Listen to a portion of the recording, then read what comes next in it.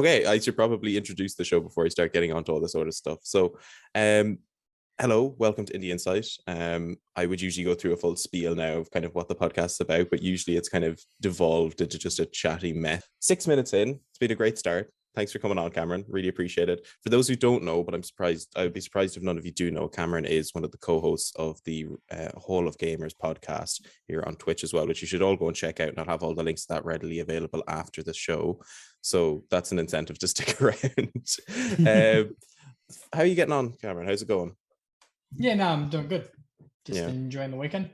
What have you been up to recently? Been up to anything crazy or exciting, or anything that we should be taking note of, really?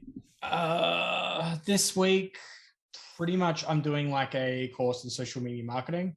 Okay. So I've just been blitzing through that. What else? For some reason, I picked up a guitar just to get all the Rocksmith DLC for the original game. So that's going to be my motivation next year to actually learn guitar. Which, yeah, of course, like if there's anything to motivate me to actually learn how to play an instrument, it's going to be achievements. And then past that, yeah, we're typical. Past that, yeah, not really much. Just Age of Empires 2, just to get ready for Age of Empires 4, and finishing off Forza Horizon 1 and 2 to get ready for 5. Not too bad, not too bad. Connor, what about yourself? What have you been up to? Well, I've just finished my first week at my new job, so I changed from kitchen work to office work, and that's breath of fresh air, to be honest. Got my evenings and my weekends. I'm working 9 to 5, but it's much less tiring work, so been able to play a bit of games on my downtime. I expect I'll talk about what I've been playing. But you very kindly sent me your PS4, Odhrán, now that you've upgraded to the PS5. Very much. And I've been playing Spider-Man recently, which is, I've missed out. I've definitely missed out. I will say, Connor has made it sound like I am a charity giver, and I've given him my PS4. No, he did in fact pay for it, so don't treat me too kindly. Well, sending anything from Ireland to the UK is a risky business. That's it, yeah. But it arrived, and been enjoying myself very much. Thankfully. But yeah, I suppose before we move on to like all the kind of different bits and pieces that I've taken down the last 5 minutes before the show started, I do want to say one thing, and very, very personally offended, if I'm honest, Cameron, that the Holo Gamers podcast account didn't follow us until 12 minutes ago. I thought that would have been look, I barely use Twitch other than just when we're streaming on that account. I will use Shadowless pretty much for everything, which you were followed on. Which I was, so yes. I appreciate it. And then Twitter is just like followed everything on everything. Of course, yeah. Though, yeah, I don't know why I kind of came for you like that. Good response. Appreciate it. Usually people are caught off guard, but fair play. Maybe walk us through a little bit for the odd chance that there's someone listening to this now that doesn't know what Holo Gamers is. Kind of give us a brief oversight of what you guys do and kind of what it's all about. Okay, so I guess the short story is me and Matt were originally in part of a community called Real Games School, which was a podcast that was run by Kirby, Chin Doctor, Tarragon, Zizio, Spaceman, and Alex, which is Professor Pluto. And they basically just broke down like what achievements were, like what's a good gamer score, all those kind of topics.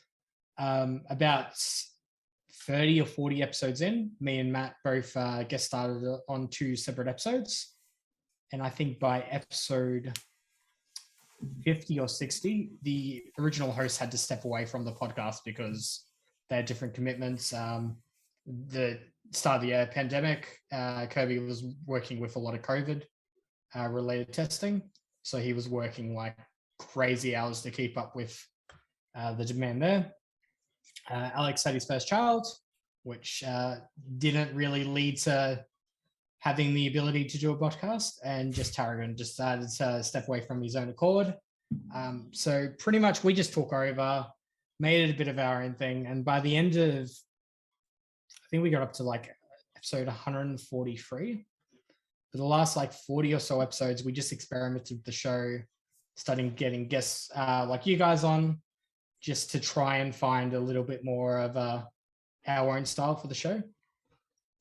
And that led us to eventually opening up and starting the Hall of Gamers podcast, which was our take on that original format that we used to have with Real Gamer Score, but doing it in such a capacity that we could interview people from the community and not just be entirely achievement hunters, but get interesting guests on that might have a whole different like view on how they game.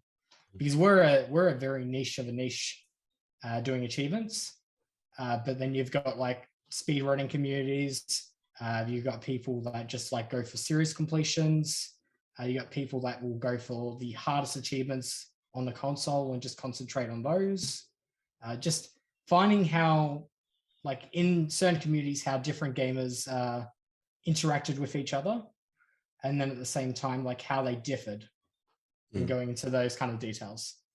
Yeah, well, you had us on, so it definitely was a big step away from achievement hunters, if I'm honest. Because up until recently, I think I just passed 50k gamer score, and that was through just pure perseverance for no other reason than to just be like, I can't watch another Hall of Gamers podcast and be at the bottom of that leaderboard again. Actually, I will say the 1 month that I went to, because I set a challenge to double my gamer score, which at the time was like 38,000, and I didn't make it, but I got to 51. And I was happy enough with that. I was fine. And then the month after, you decided to open up that that leaderboard then. So my hard work wasn't even acknowledged on the podcast at the end. I think it was like last week or the week before where it was like, all right, we'll give you the wooden spoon award along with 3 others. But, I remember I remember there was Connor, you can talk about this as well, because I remember there was 1 month where if you got you could get up to 10,000 gamer score, and that would translate into, I think, was it Xbox points or something you could get? Yeah, like Microsoft points. Yeah. I remember for 1 month there was you and a guy we know called Dasudo who were like fighting over who got the most gamer score that month. And I thought, oh my God, these guys are like 8,000 score ahead of us. And then ever since adding you and Matt Cameron, it's just been like, oh, I wonder where everyone's on the leaderboard this week. And then it'll be like someone like 120 gamer score. And then in first place will be like you or Matt with like 16,000 gamer score or something just ahead of me. And it's just like, oh, beautiful stuff. Yeah, no, never getting to that realm ever again of completion. See, Matt's crazy with it. Like Mephisto, like I'm pretty sure he said when he was on the show last week, Mephisto, who's #1 in Australia, challenged him for the gauntlet for Oceanic.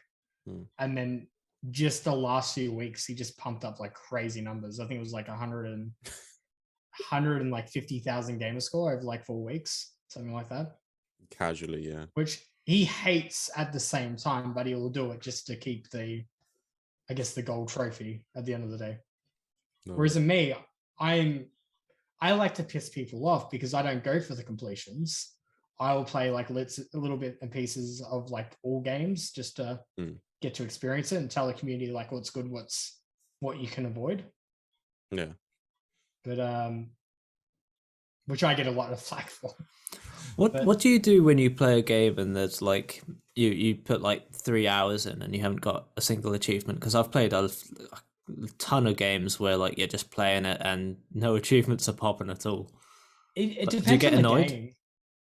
Like it really depends on the game. Like I know that when I did the Game Pass Hall of Fame challenge, how I was doing that was getting an achievement to mark my progress in each game. So I knew I started that game. Stellaris on PC has a very fun community. It's basically like space exploration. I could not get an achievement for the life of me. I had to go into their Discord, basically say like, look, I'm in an hour into the game. Like, what's the easiest way to do that? And then they got really offended when I told them I was going to get 1 achievement and then uninstall the game and then move on with my life. Yeah. Callie has just mentioned in the chat as well, Connor, that you not getting an achievement 3 hours sounds like an excuse. What? Callie said it sounds like an excuse that you're giving out about it. Well, I think at the end of the day, if it's taking 3 hours to get a single achievement in a game, it's either there's no achievements in the game for full stop because it's a PC stack, or it's just poor like game design. Like I view achievements in pretty much of make a good list, because if you make a good list, it's going to keep people more engaged with your game. Like a good list to me is like doing the whole story, getting like 85% of the achievements, and the last 15% might be like going out of your way to do like extra tasks or that the developers kind of put in. Actually, on that, say for a game like Grounded, because it came out initially and didn't have any achievements, and then they added them in later on. Was that a game you naturally avoided until there was achievements added, or did you just kind of go back to it after playing it maybe a bit? I have personally avoided it because it's pretty much a case of if I have all these games behind me with achievements, why would I go for a game that I'm like only somewhat interested in? I can wait until there's a full release. But I know other people in the community that, they might be a bit more strapped on budget and all that, will go in, play it for a bit, because then when it gets its 1.0 update, they've already made that progress already. So wait, so out of like, say, your favorite games then, which ones would you like? Because obviously the achievements play a big role in you playing some of the new games, but they're not like the core element of like you playing games in general. So what would be your favorite games that if they came out without achievements you'd still play? Forza Horizon. It's going to go for the main three for me. That just nostalgic to me because I've played them for so long now. It would be the Forza Horizon series because I've spent over 2,000 hours in all the games. It would be Age of Empires 2 because I started playing that when I was 7 years old, back in 99. Or it would be Halo because Halo 3 was the very first experience that I had on 360. And I made a lot of my friends around 2014, 2015 just from playing Halo MCC. Yeah. I think we should point out as well that Cameron, you are like one of the few people I know that has done every achievement on Halo MCC. Yeah. And I'm tempted to start the Chinese version because there is a stack. Oh dear God. Why would you bother? Why would you want to like I don't know. I haven't gotten through the campaigns on Legendary yet, let alone be thinking about doing How did you do Halo 2 Lasso? There is mods on PC. No, all right. Legitimately, you cheated is what you're saying. Back when maybe. I guess it depends on how you look at it. I look at it as probably definitely cheated. Back in 2014, 2015, like whenever the game first came out, there were lasso checkpoints going around. So because the game was in such a buggy mess, people actually found out there was a way to checkpoint. If somebody got to like the final level in Halo 1 or Halo 2, as long as you played through the full level with that person with the checkpoint, the achievement would unlock for the whole campaign. So I did Lasso 1 and 2 legit, and Lasso 3 and 4 the checkpoint saves after the cutscene. So all you have to do is join somebody else's game, the cutscene loads up, and then it's done. It's popped. I've significantly lost a lot more respect for you now, Cameron, having found that out. I thought you grew through that. I was going to be like, fair play to him, but no. 3 and 4 as well are probably the easier ones. Everyone's walking to Mount Doom. You took the Eagles. In my defense, in terms of that, the only achievements I have really modded for in Halo MCC would be 1, 2, 3, and 4. Pretty much all the lassos because of how difficult they are. I've attempted to do it legitimate a few times, but then back when it first came out, it was in such a buggy mess. I have definitely gone to the elevator in the mall at least like 8 or 9 times, had a hard crash to the console, and then just went like, all right, I'm going to use mods now because like, what's the other option? Well, some of the skulls are crazy. I mean, Halo 2, like all enemies are invisible. Like, how are you supposed to do that? See, a lot of them I've done legit.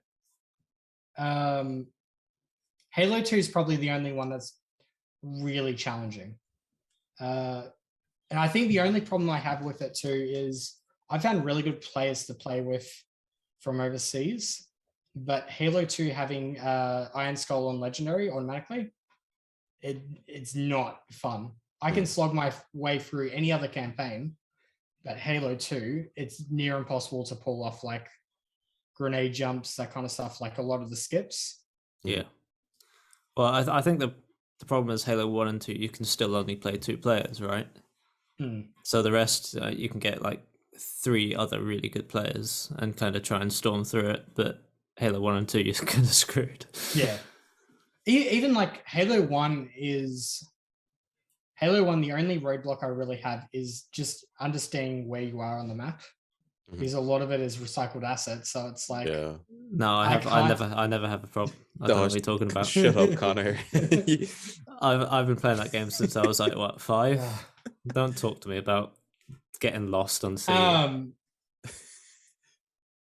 What is it? The Pillar of Order, up to Truth and Wreck, and then basically the more. Like, I don't want to do Assault on the Control Room. I don't want to do the library. I don't like library's okay because I know where I'm going. But Assault on the Control Room and do 2 betrayals do my head in every single time I play them. Is just 2 because betrayals it's too similar. Is 2 betrayals the one where you go to rescue Captain Keys? No. Which one's That's Keys? Oh, okay. Yeah, well, that would make sense, wouldn't it? Assault on the Control Room, you follow the arrows. 2 betrayals, you go against the arrows because you're going back on yourself. Yeah. Oh God, no. I can't handle playing CE if I'm honest with you anymore. I load it up and I'm like the trauma of trying to find my way around rooms and CE actually puts me off it. The same with Halo 2. I love that they weren't brave enough to be like Cortana goes, oh, the arrows are changing color and changing direction on this map that we've already walked through. Yeah. What strange Forerunner protocol. I want to move on to some little bits of pieces that came up this week, either as releases or just kind of different trailers and bits and pieces that I kind of thought might be interesting to talk about, because I know we are kind of cut for time today because Connor's a busy man and has to go off and do his bits and pieces. Well, I can stay a little bit later. Okay. Right. So I want to jump in quickly. Just for me, I feel honored. Yeah. I want to jump into this quickly because last week, I can't remember if we talked about, at least I can't remember if I talked about with Matt about the Resident Evil film trailer, which a lot of people were divided on. I am somewhat in the middle of because I don't really play Resident Evil, but I thought this looks cheesy and I'll probably watch it. Speaking of video game movies came out this week though, the Uncharted movie trailer. Did anyone see it and what are their initial thoughts? Oh yeah, I saw it. Yeah. Go on, Cameron, do you have thoughts? I can't separate Tom Holland from Spider-Man. If it was any 2 other actors, I think it would be okay. But there was something just jarring about seeing Tom Holland and Mark Wahlberg there. Yeah. I don't know why Mark Wahlberg, but it just did not feel right. Con, what about you? What do you think? I think that Tom Holland is the wrong choice. He looks far too young. He doesn't look like Nathan Drake. If anything, Mark Wahlberg is a better fit. I think that obviously the plane scene looks good. It has the potential to get the locations right, have some good action scenes. I'm not a huge Uncharted fan. The games are alright. I like them. I think it translates well to film. I just think that choosing the protagonist, I have to ask why they went with Holland. I mean, they've purposely gone for a younger casting with both Sully and Nathan Drake, which is a shame. But maybe it's too early to say. I'd almost be happy if there was a plot twist where Tom Holland died and Mark Wahlberg took over. Wow. There's what an awful thing to say. Just point that out first. No, in the film, not outside. Look, I'm not going to say it. More likelihood. I'm not going to say anything likelihood of that happening as Spider-Man. Well, yeah. And getting news just take over. Connor wants Tom Holland to die, so Mark Wahlberg can play Nathan Drake. I'm not gonna say anything about people dying on sets after this week. Oh, true. I don't want that to happen at all. Yeah. Can I put it quickly about? And actually, go on camera first. I was going to quickly just add, I wouldn't be surprised if they chose Tom Holland just because of, he does quite a few of his own stunts, right? I think so. Well, maybe I'm the pretty- Spider-Man stunts aren't. I wouldn't imagine would be like Tom Cruise level stuff. Well, No, but I don't know if that level of, I guess, flexibility in him as an actor, like he's already done that kind of stuff before, whether that lends to it a bit more. no, I than think another it's a actor. case of PlayStation or Sony. Sony wants to adapt PlayStation games into films. Sony have already used Tom Holland for Spider-Man. They're bringing him over to Uncharted. I think it's a case of them knowing someone already. It's a bit of a shame, I think, that they couldn't use someone else. But So when we eventually get a God of War movie and Kratos is played by Tom Holland, is that going to be a step too far? I think And Tom boy, Holland should be what Loki will be Atreus. Zendaya as well. I actually I think the reason, because I know a lot of people have been thrown out because there was the Uncharted short fan film that was made a while back with Nathan Fillion, and I know a load of people have been throwing his name out, like, why didn't they pick him? Why didn't they pick him? And then somebody else was pointing out, who's the guy that plays Poe Dameron in the more recent Star Wars films? Oscar Isaacs. Yeah, that's it. But this is going to really prove my point after not remembering his name. I think they picked Tom Holland because of name recognition, realistically, over anything else, because it, like, let's be honest, like, Uncharted is not like, yeah, it's big in the gaming community and probably big with PlayStation fans, but outside of that, like, it's like, to the average cinema goer, it's probably just going to look like another, like what's that movie called? Is it National Treasure? It's called, like, it's just going to be another one of those sorts of movies that people aren't really going to be, or another Indiana Jones like knockoff, you know. So I think what they're trying to do, like, Mark Wahlberg is a pretty well-known actor, same with Tom Holland, so they're probably going with that name recognition for the sake of it. Although, granted, I don't think he's the best choice.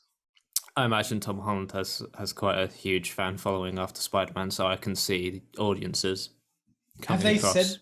Have they said what the rating is? Like, is this going to be like a parental guidance, like a I feel PG, like it. take kids? I imagine it'd be like a 12. I feel like I don't think I feel like it's a missed opportunity if they just went for a younger demographic, though. Like, it is like, honestly, and this is full honestly coming from someone who's like played a bit of the first Uncharted and then not touched it since, but like it's not really an 18 game. What about 15? I mean, it's surely shooting a lot of people.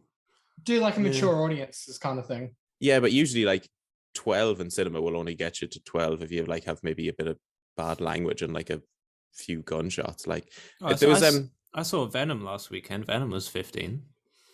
Yeah. Oh, yeah, true. Yeah, Venom's a weird one. But then if you look at like Dunkirk is a movie about war and like people getting shot and everything, and it's like a 12 rating. Oh, it's historical.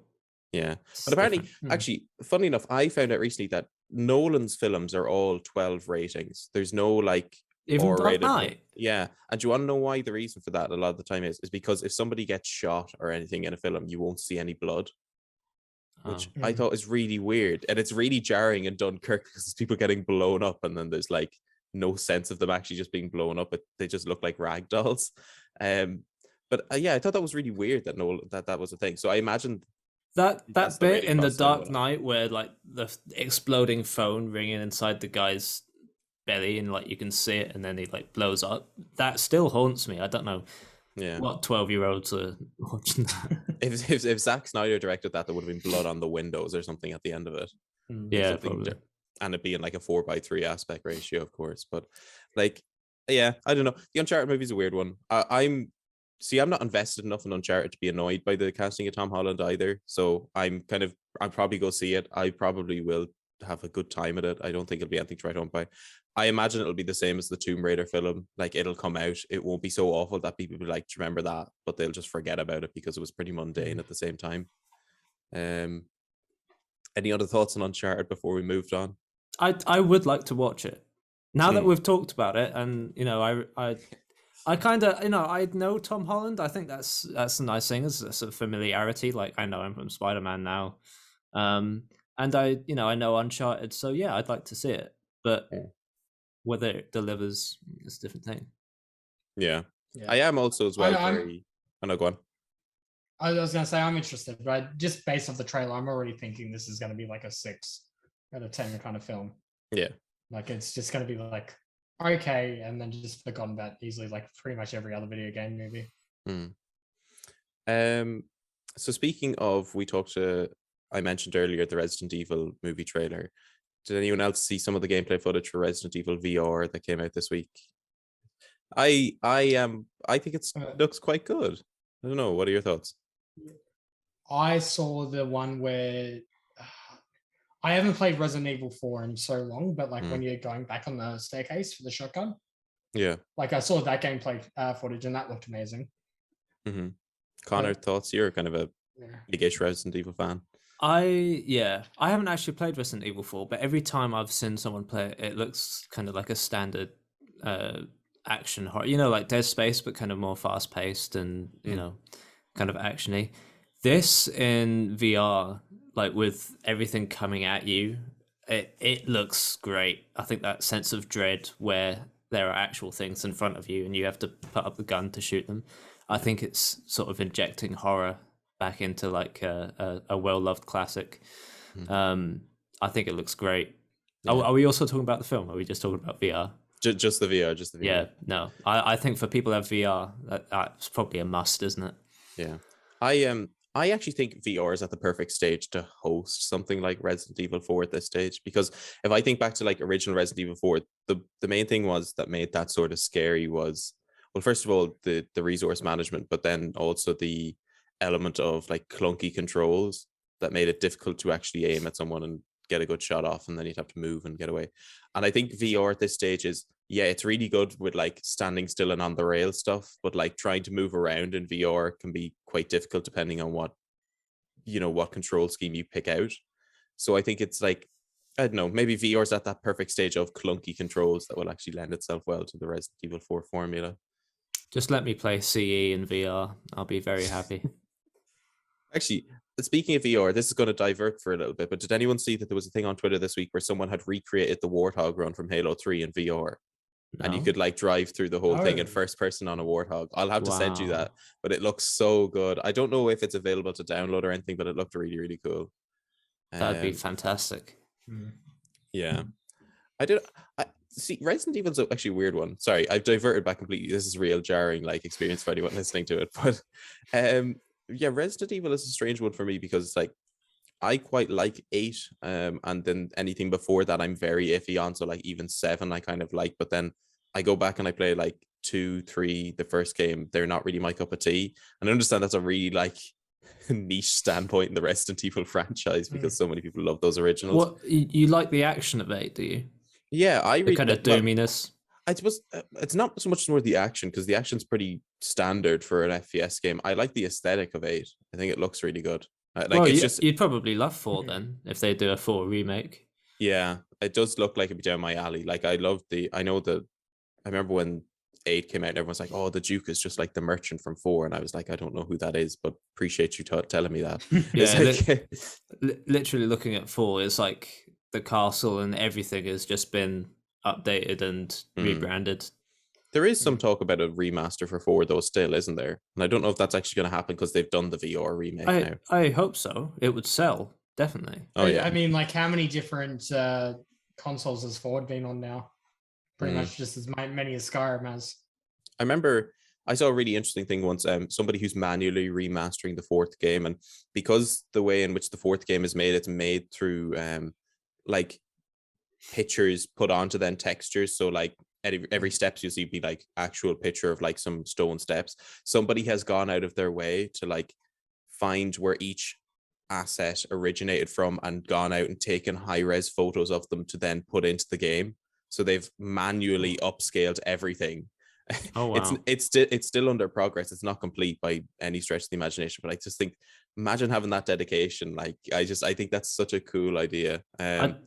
Yeah, I think we're constantly seeing modders as very talented people. I think CDPR recently hired a bunch of modders to sort of rework Cyberpunk, didn't they? Yeah. I know that they acquired Molasses today as well, which was the team behind Flame in the Flood and Drake Hollow. Yeah. Wow. I suppose they kind of do. I suppose they would need the extra manpower at the moment, given they have delayed the next gen updates to Cyberpunk and The Witcher, haven't they? They're working on a separate. They're working on a separate project for them, but it's under an existing IP. No, okay. So it might just be like CD Projekt Red are actually doing the new Splinter Cell game. Oh.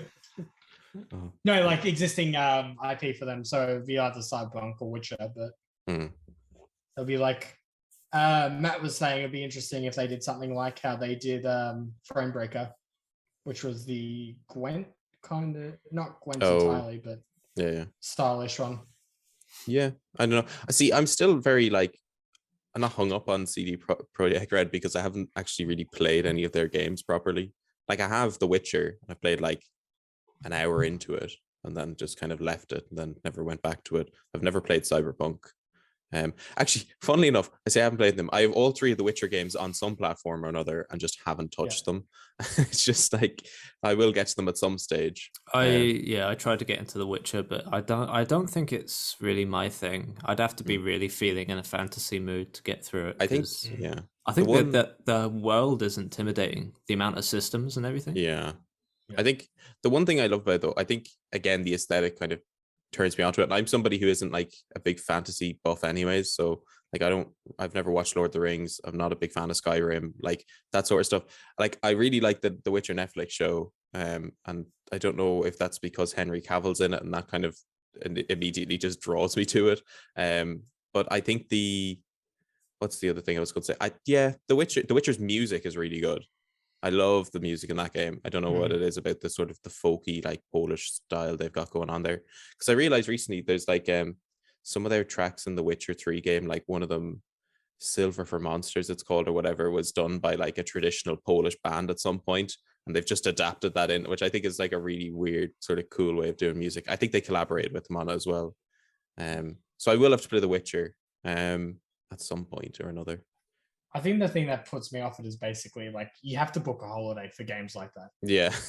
Like if you play it for a day and take it down for a week, you're going to forget all the systems immediately. Like you need to be playing that for like at least 7 days straight. Yeah, for sure. There's open world games have the unfortunate like I suppose, what's the word I'd be looking for? Just because you have to put so much time into them, you can't really enjoy them unless you have that time. So usually they'll be relegated for me for like a Christmas game or something I'll play. Yeah. Like Red Dead was my last one, and then I did Spider-Man for a bit. But yeah, I'll be very turned off. Like even I got like Ghost of Tsushima, I played for like a week straight and I'm still not finished it. I haven't gone back to it in like 2 or 3 weeks, and I'm probably gonna have forgotten everything that's happened in it. So but it by no means will that stop me playing it, I don't think. We have a question in chat. Very nice.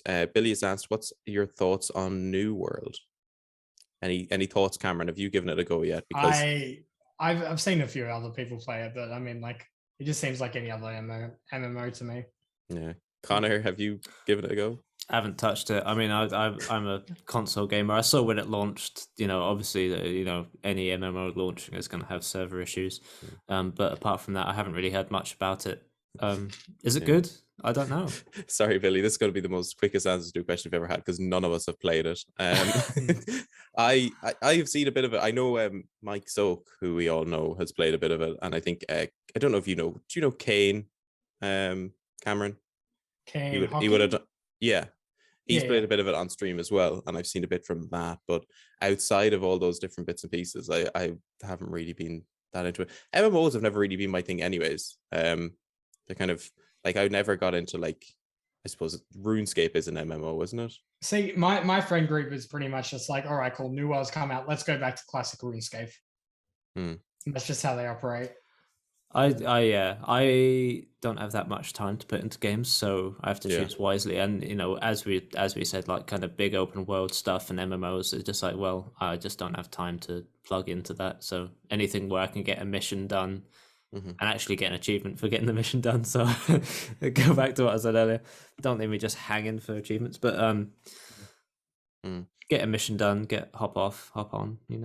I think the only thing that I'm aware with it is they said that those players that grinded out almost immediately, like there's not going to be post-game content for quite a while. Yeah, well, Billy in chat is after saying he sunk 60 hours into it in 10 days. So wow, be wary. Cameron has warned you now. The other thing I was going to say, games for me at the moment are very much like either I'll put an hour into it or I'll complete it. There's no in between. It's like if something hooks me, I'll play it because of the such little time I have. Like if I find a game that like is actually actively making me want to go back and play it, I will like cling on to that like it's nobody's business. But if it's not really capturing me, I won't bother.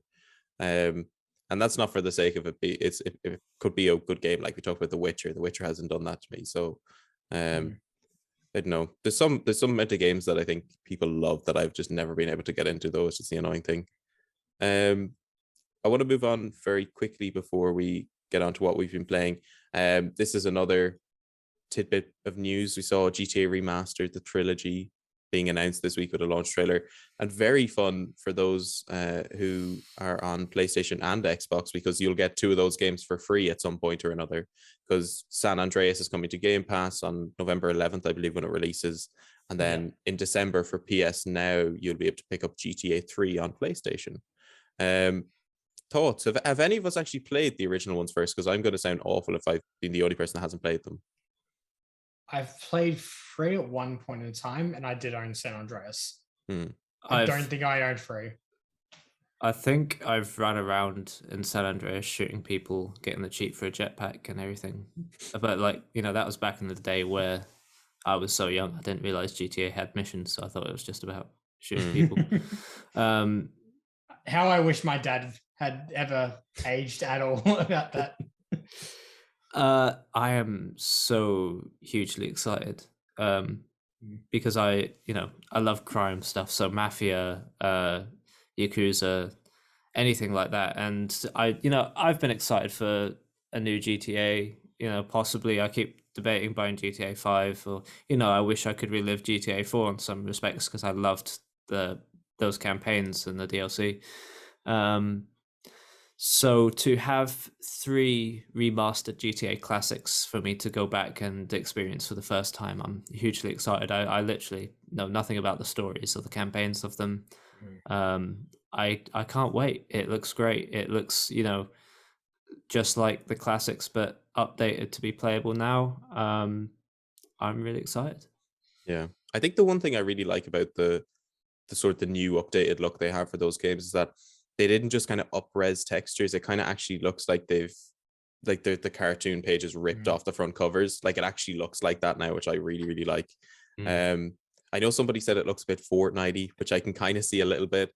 But I think like it's a PS2 game. Like it's not going to look like hyper realistic graphics if they up-res it anyways. So I quite like it. It kind of looks like, that kind of clean animation style. It's almost reminiscent of Psychonauts 2, which is a recent release. But just seeing all the models look that updated, it just looks clean. It looks like how it should if someone were to like just up-res everything. I remember there was I think there was a rumor for a while that it was going to be $70. I think it's been revealed it's going to be $60. I think that's probably a modest asking price for 3 remastered games, if I'm honest. If you take it on the if you take it on the comparison that say like Alan Wake Remastered was about 25, you're actually getting it for cheaper. So I'm not too fussed about it, if I'm honest. And I think it's actually, as I've given out about remasters, namely like Dead Space or whatnot, because they're not that new in terms of like, I suppose, what's the word I'm looking for? Like Dead Space was out in 360, so it's not that old, sorry. But with these GTA games, I feel like there's a good audience for it, because yes, they need a remaster because they look quite old, but also there's an audience like myself who hasn't actually played them before. Yeah. So there is something there to warrant a remaster. Well, people are gonna play it because they'll want it and they'll pay the price. But that's £20 per game. And if you look at something like Lost Judgment, which is the new game from the Yakuza developers, which they make huge games, and you could get that for, I think, what, £45-50. And it just feels like, well, yeah, you're getting 3 games. I think that it's got that kind of Rockstar stamp of quality, so they can charge 60 for it. But I think I'd be happy if it was just 10 under. Yeah, I'd be interested if you'd actually buy them separately and what the cost would be. On the store at the moment, the bundle sort of includes the games, and the games say not sold separately. Although when it comes to Game Pass and PS Plus, whether that just serves as a kind of taste of one of them to go and buy the full pack, I think that would probably be the smartest business decision. Yeah, I wouldn't be surprised. I don't know if because obviously the new Crisis Remastered trilogy came out recently. Are they all available to be bought separately?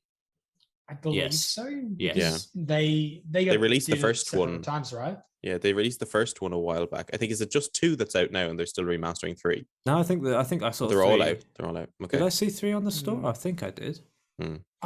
I believe so. I know that one of my friends is going through 2 at the moment, but I thought he had access to 3. Yeah, I think the trilogy is out.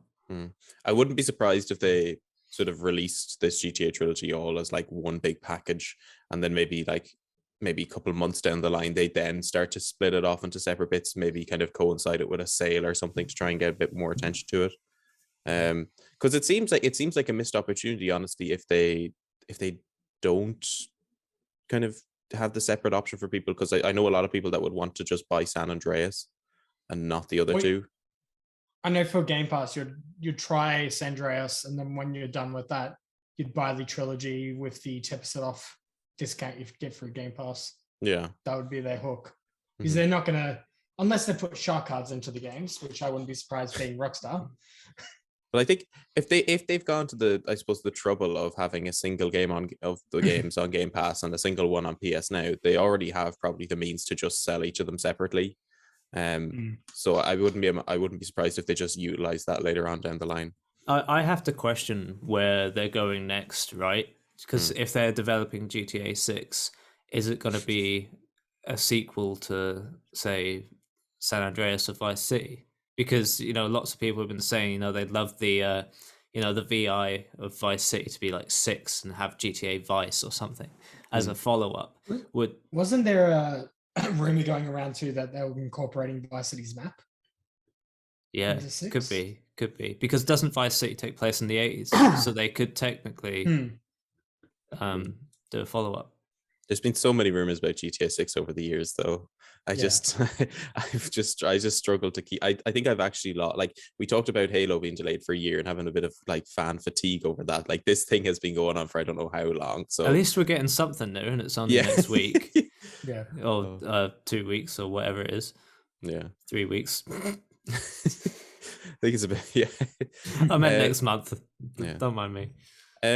I will, because we're coming on near to the end of the show now. I want to move on very quickly to what we've been playing this week. I'm going to hand it over to Cameron being the guest. I'm going to be a courteous host and throw it over. I've got a few. I'll quickly go through them. Most of the week I've been doing Game Pass games. Outside of that, I'll go through those ones first. I've been cleaning up the Forza Horizon series that I'm looking to get done before 5 comes out. Forza Horizon 1, I am just missing the one achievement that you need to get a save from Motorsport 4 or 3 over from your 360 onto Horizon for loyalty cars. It just won't unlock for me. I've tried to restart the game like 3 times. It is just not working. So I'm pretty much going to have to spend a full day figuring out why that's not working. And 2, I need to get 1 million credits in Rivals, which is just competitive racing against your friend's best times, and $20 million worth of cars. Which is just grindy more than anything, and that's done. Age of Empires 2, I've been playing the new Dawn of the Dukes DLC that came out like a month or 2 ago.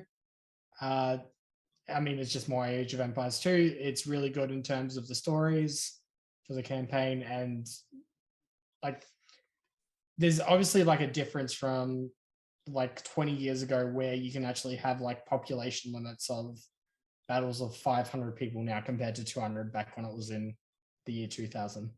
So that's been very good, and I've just been addicted to that for like the last 2 days. Game Pass games, I've dived The Good Life, which is Swervy's new game. Haven't been really fond of it that much. The narration reminds me of Ringo Starr quite a bit, because it just sounds like the old Thomas the Tank Engine narration. It's very weird, and then it's just like, it feels like a life simulator that's just had the mechanic of turning into a cat or dog added on for like no explanation in the story or anything. It's just really weird. which is his game style, but like you guys are both familiar with Swervy. He did D4, Dark Dreams Don't Die. I have heard about that, yeah. Yeah. Like he does really weird narrative experiences. And I love Dark Dreams Don't Die. It was one of my favorite early games on the Xbox One. This is just really weird though. I played Visage, which is a horror game. Not my cup of tea then. See that I try and play horror games, but if it's horror in any medium, I just don't really. I don't get scared by it, so I don't really like it. Oh, it must be nice. I looked at Visage and thought, oh, I really like that aesthetic, and I put it down and I downloaded it and put it in one of my groups, but I haven't got around to it yet. So, like I've got a friend of ours, Mike, that we had on the podcast this morning. She loved it just for the horror elements, but I'm just like, I was having a conversation with Matt after about it. Like in terms of like movies, stuff like 28 Days Later, like will more so scare me because I can relate that back to like rabies in real life. Like it somewhat seems plausible if I was going to compare it to something like Resident Evil, for example. I like movies that make me think. I like any form of media that makes me think about it. Visage just like you can kind of see what they're going for, but unless it has like a really strong narrative for me, it's gonna bore me. And like I was poking fun at it. I closed the door on a ghost the other day, which I clipped on Twitter, and I'm just like, oh, ghost went through the door. What did I really expect with that? Like, it's so stupid. Other games I played, the Procession to Cavalry, which also got added to Game Pass. It is essentially a point-and-click adventure in a Renaissance kind of painting, like that kind of style. Very funny, very Monty humor, kind of Monty Python kind of humor. It's short experience, like an hour to 2 hours, and just like you can either play it doing the cheat way, which is basically just stabbing everybody to advance, which will get you to the end of the game, but not any further than that. Or you can do it the logical way. So that was pretty good. And then the other two I've played were Into the Pit, which is essentially Doom Magic. And it's really good in terms of how it plays, but it has PS2 level graphics, which was disappointing compared to like what they showed in the trailers for it. But like it's still a very addicting game.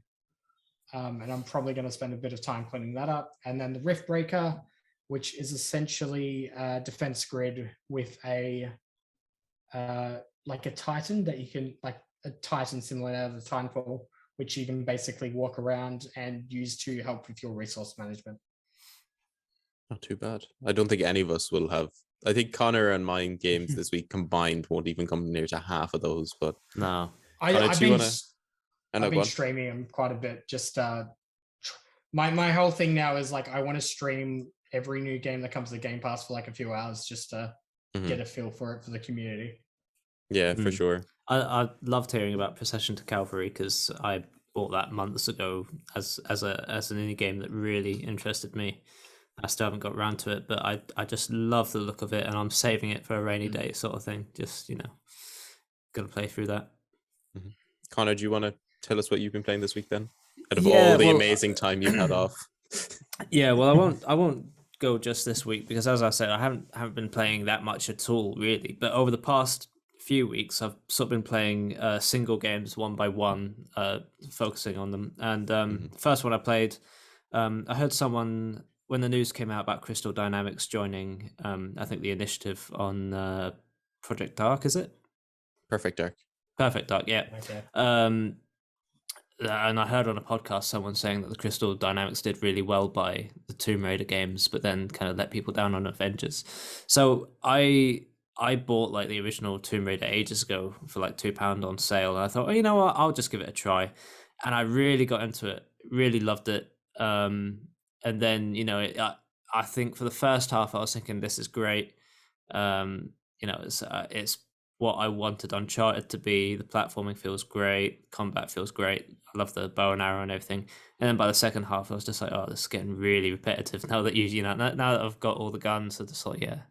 And then it was a bit of a slog, and then I've left it there. And I was just like, I don't know if I really want to play more in the sequels.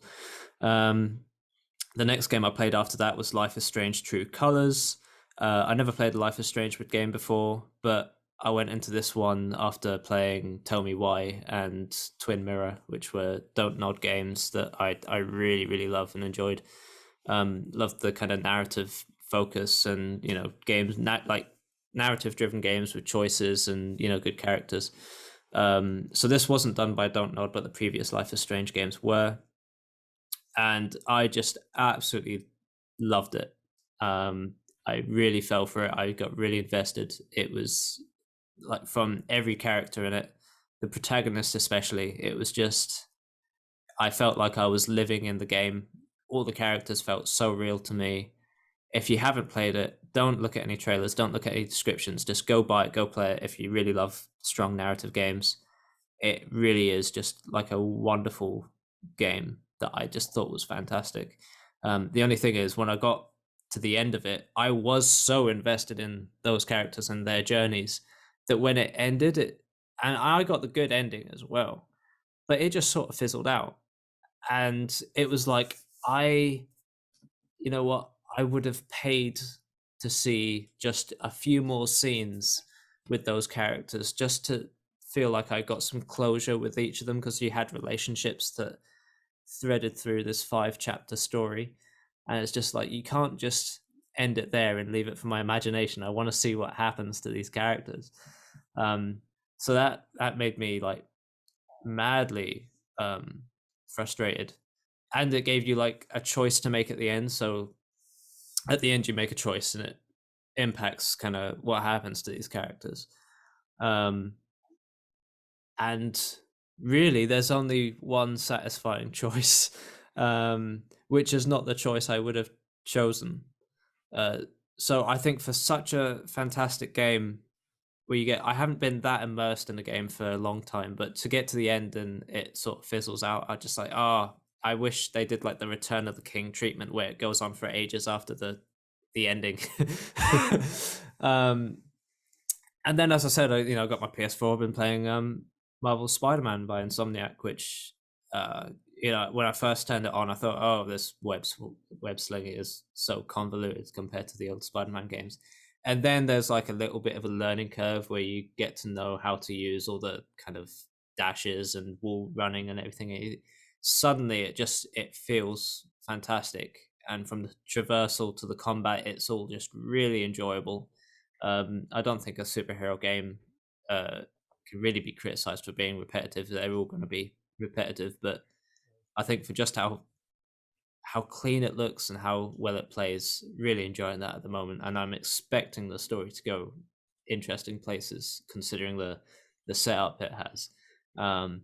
So yeah, really been enjoying that. Not too bad. I suppose, what have I been looking at this week? So this will be significantly shorter than both of you. I played a bit of, obviously Connor didn't mention, but we played a bit of Back 4 Blood. And we took we played that with Callie and Keegan, both from Robot Republic, and I actually think it's quite good. I actually really enjoyed it. It's much more difficult than I was expecting it to be. That was the easiest difficulty. Yeah, I know, but that's what I mean. Like, I was surprised at the difficulty level with that alone. I don't know if that's just because we're all bad at the game. No, that what the developers want is you to master the easy difficulty. Unlock cards, play the campaigns once maybe, and then once you've mastered it, go up and like treat the difficulties like a tier thing. I think, because once you unlock more cards, you create and be strategic with your deck, so you can have like a healer, you can have like a tank in your team, and then you can be a lot more cunning and intelligent about how you play, because all those things like the credit system and what you buy and what you spend on and how you manage resources, from giving your teammates ammo and everything, it all creates a very strategic kind of card-based game. I think it's really interesting. I think I'm glad that they increased the difficulty of the easiest difficulty, because in the beta it was way too easy, and the next difficulty up was way too punishing. So what they've made is like a good starting point, and the more you unlock and the more you get used to the game, there's progression there. Yeah, I definitely think you can see the obvious DNA from Left 4 Dead, and I think that's good, but I don't think it leans on it too much as to the point of where it just feels fan servicey. I think it's actually done quite well. The one problem I do have with the game is that the special infected don't really give any indicators when they're going to attack you at all. So they can just kind of sneak up on you, and like, I don't know, one of the boomer style enemies can literally just take you out completely without you even hearing them or knowing where they are, which is something that was like Left 4 Dead prided itself on having really good sound design in that area. So that's something I think maybe could use a bit of a tweak, whether it's to adjust their audio levels or to add the traditional sort of piano cues for those enemies as well. I definitely don't think it gets away with what Left 4 Dead did as well, because obviously you can create a game that isn't heavily story focused and whatever, but you need that sort of thread that binds it all together. And what I loved about Left 4 Dead is, you know, the movie posters, and then you go in and, you know, there's like, when you get grappled, there's the spotlights and the opera music, and at the end you have the film credits where, you know, in memory of whoever died and whatever. It was like it was supposed to be a cheesy horror film, and that kind of framework for the game to exist in felt like such a niche thing. Like, it gave it character. And Back 4 Blood, it does the same thing as Left 4 Dead, but it's just like, well, what's that thread that holds it together? You know, it just feels like a kind of an almost, I don't want to say lazy, but it's just like, well, yeah, you have this campaign going on and you have these cutscenes, but they don't really matter, you know. Yeah, I just want it to have a bit more character than it does. I think the other thing as well with the old not Resident Evil, old Left 4 Dead games was, and granted they are quite old, so this might be an unjust criticism, but they were very easy to get into. Whereas I feel like Back 4 Blood like has a very steep learning curve for anyone starting out. One thing I'll say is I worry about, because my girlfriend now has Series S, and we, you know, we've played Grounded and Halo. If I say, okay, let's jump on Back 4 Blood, I don't know how she's going to get on with that compared to if we just turned on Left 4 Dead, you know, because she's not going to know what cards to pick or what have you, I don't think. I mean, I'm not giving her enough credit there, definitely not. But I think it's certainly intimidating for someone who isn't predominantly an Xbox player to suddenly get invested in this deck system. Yeah. Oh, for sure. Yeah, and especially as well, the hub world. I've never liked hub worlds in games.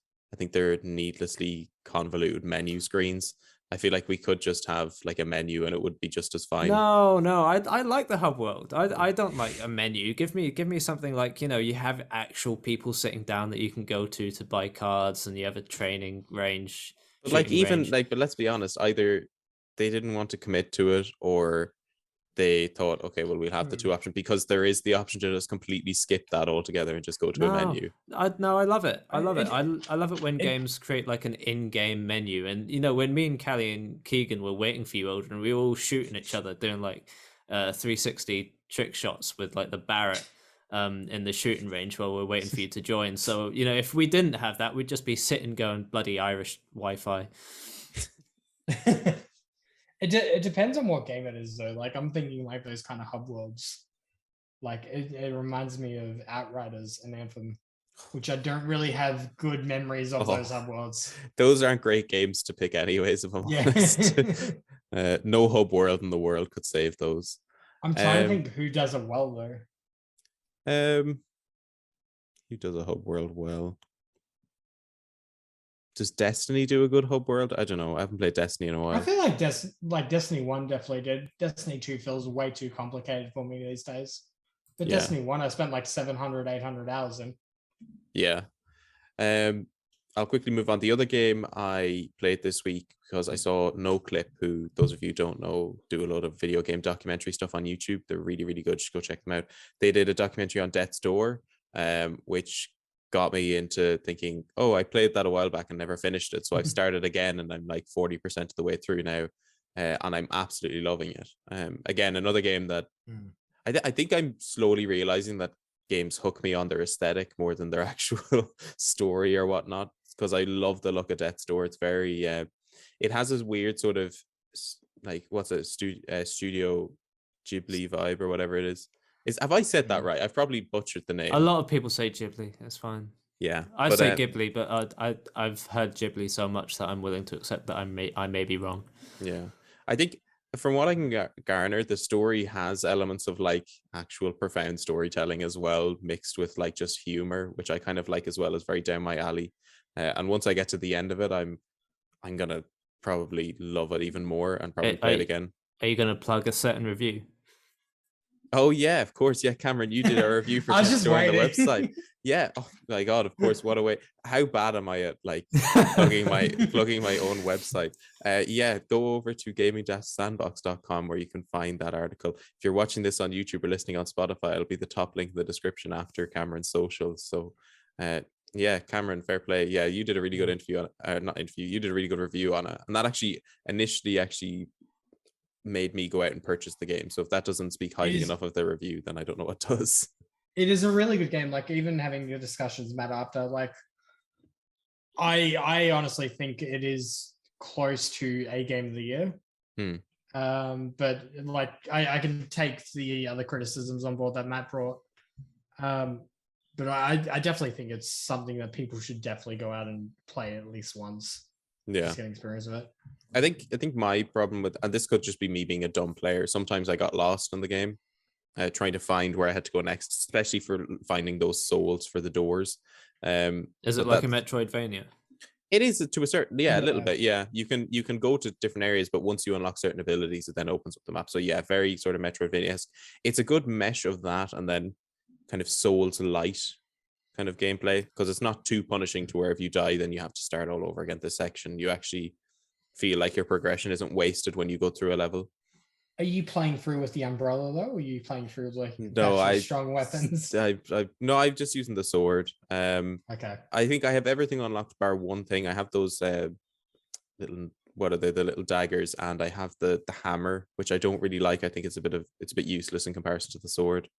But I am really enjoying it so far. I've just beaten the Witch of Urns, and I'm onto the Frog King now, so I'm nearly there. So I don't know, I absolutely love the design for the Lord of Doors, though. I think that's such a I just love it, the like the lock for a head and everything. Yeah, no, I'm very big fan of it. I think if you saw on my Twitter, I like shared around, like the concept art for that game is absolutely phenomenal as well, so like that's well worth the look.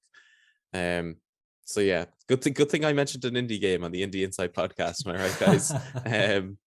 But yeah, I think unless there's anything else anyone wants to add, we might wrap up. Anything? Perfect. Okay, Cameron, I'm going to throw it over to you first because I want you to plug all your stuff for the people who maybe haven't heard of Hall of Gamers or what you do over on Twitch as well in your own time. All right, so I co-host and produce a podcast called Hall of Gamers, which is about achievement hunting, or just gamers that like to, I guess, hunt in their own way, whether it be completions, whether it be going for really difficult achievements, whether they just want to play like insane hours in Forza Horizon like myself.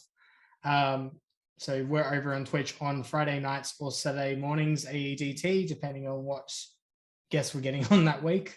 Otherwise, you can follow me at ShadowlessEdge on Twitter, at Xbox, or on TA, where I usually just create graphics and stuff like that. Very nice. Connor, do you want to plug anything, or will I just plug all our stuff?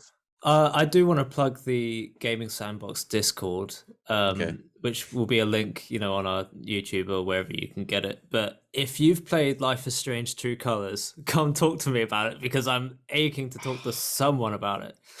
Matt is at the moment. I really want to play it, but I'm waiting for a price drop. Right. Yeah. No, definitely hop in the Discord, start a discussion about it. Yeah, love to see you there. I suppose I'll finish off and I'll do the main awful bit that everyone hates and me going through everything. But thankfully, with the new layout, we actually have all our socials to my left and to your right. You can find us on Twitter, the podcast at IndieInsight_, on Twitter at GamingSandbox_ for our actual website where we do all our written reviews and all that. Instagram at GamingSandbox_ as well, and on Facebook it's just at Gaming Sandbox. If you want to catch us, hopefully we'll be doing these weekly live. You can catch us on twitch.tv/Johnson_GS. where we also stream just whatever games we're playing at the moment. Typically tends to be with Robot Republic, who have said a lot of awful things about us. So I think I'm contractually obliged to say they're scum. But outside of that, let me think, is there anything else I can shill? Oh yeah, the website itself, I suppose, probably gaming-sandbox.com. We also do have a Patreon as well, which I do want to point out, which is something that actually helps us keep the lights on for whatever we have 2 patrons at the moment. We're trying to grow that up, hopefully to 5. 5 would be a nice goal to get, because it helps, support costs for the website each year we go by, and also for different bits and pieces. We do our monthly giveaways on Twitter, so that all comes in very big English words website, yeah, that all comes in handy if you can spare a few cents. But then after that as well, if you want to catch either myself or Connor over on our personal Twitters as well, I'm at Odhrán Johnson. Connor, I believe, is at Connor Smith GS, if I'm correct in saying that. Yeah. But yeah, I think that's everything. Thank you all so much for coming out this week. If you want to catch the full episode, or if you're not at the moment, it'll be over on YouTube after this. If you've missed out on any of our discussion, I'll also have it made live on the Twitch channel as well. So without further ado, go out and enjoy your games this week. We'll see you all again here next week, probably at a more reasonable hour. And we appreciate it. So thank you so much.